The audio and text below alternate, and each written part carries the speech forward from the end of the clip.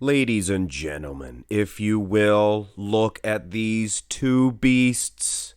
Paul Dillett, 1994, Roelly Winklaar, 2018.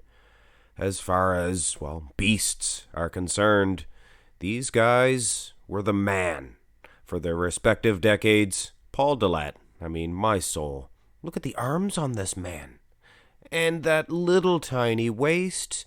That is one thing that these two versions of these men have in common. Of course, Roelly, he did come in with a little distension from time to time, and ditto with Paul Dillett way later on in his career. But anyway, this is basically, we're going to skip the symmetry round, and it's unfortunate, but it's all about the muscularity round anyway, if you ask me. And this is a shootout, I am here to tell you.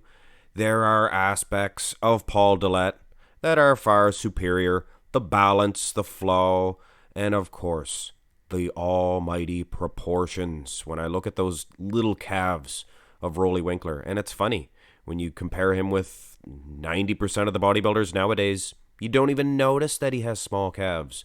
But these guys from the 90s, I always preach that. And even the 80s and in the 70s as well. Bodybuilders had big calves. What happened, guys? What happened? Jay Cutler had good calves, even the doctor. But anyway, I don't think that's enough for Paul Dillett to fetch a victory.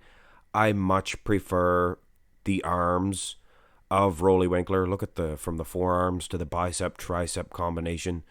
Just awesome. But Paul sure is big, man. This would be a tight decision, I am here to tell you. Personally, I would lean slightly towards Roelly Winklaar, but man, the calves of Paul Dillett, it might sway some people to vote for him. Plus, he's huge. Look at the midsection.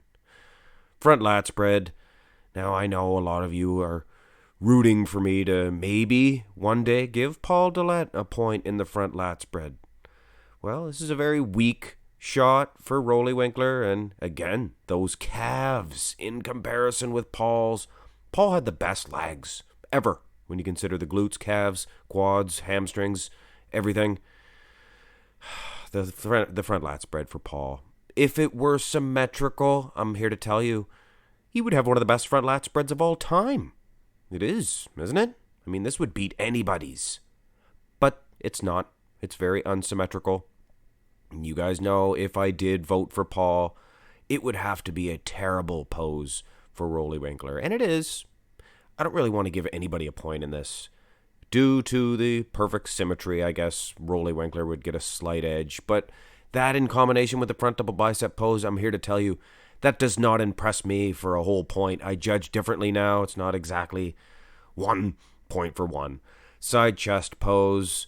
Now, this is kind of a difficult one to judge as well. Roelly Winklaar, he looks more aesthetic in a way, I guess. Neither of these two would be called aesthetic. I don't like the angle of Paul. Let's bring another one up here, and I showed the first one to get the sizes correctly, and of course, guys, the calves, they're not showing here, but we've seen them in the first picture, and it's a big thing for me when the calves are small on one guy and big on the other, and it's very equal everywhere else.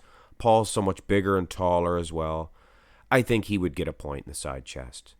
Side tricep. Now, I don't like the display of either guy. Their triceps themselves, virtually identical. Both of these guys are beasts. Isn't it fun to do comparisons like this? What other sport can you do this? You can't. This is bodybuilding. This is the best sport in the world.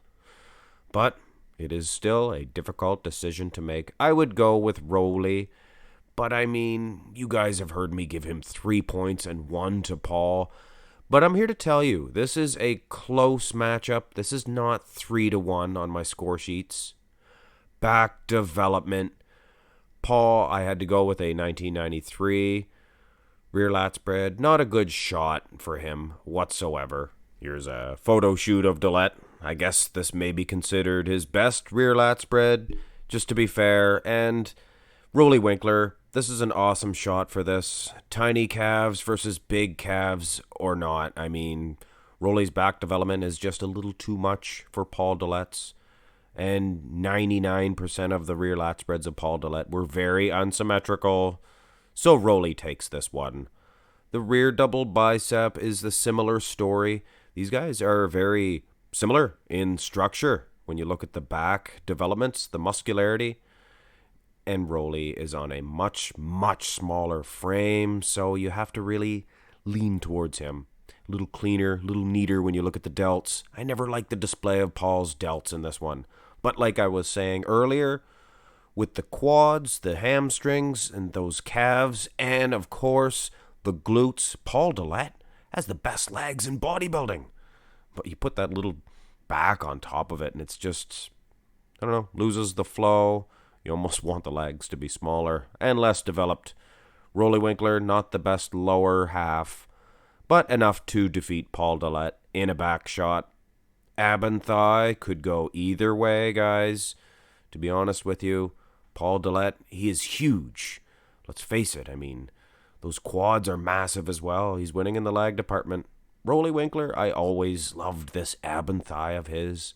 To me, it's very aesthetic. It's crazy how this man just sucks that waist in and creates probably the smallest waistline. When you look at today's lineups, when they call for the ab and thigh, he has probably the smallest waist.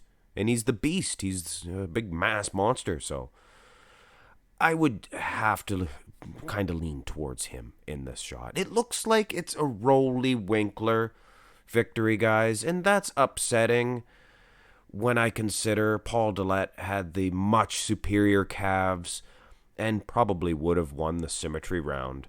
Of course, in the most muscular, whether you count it or not, I might have to give this one towards Roelly Winklaar as well.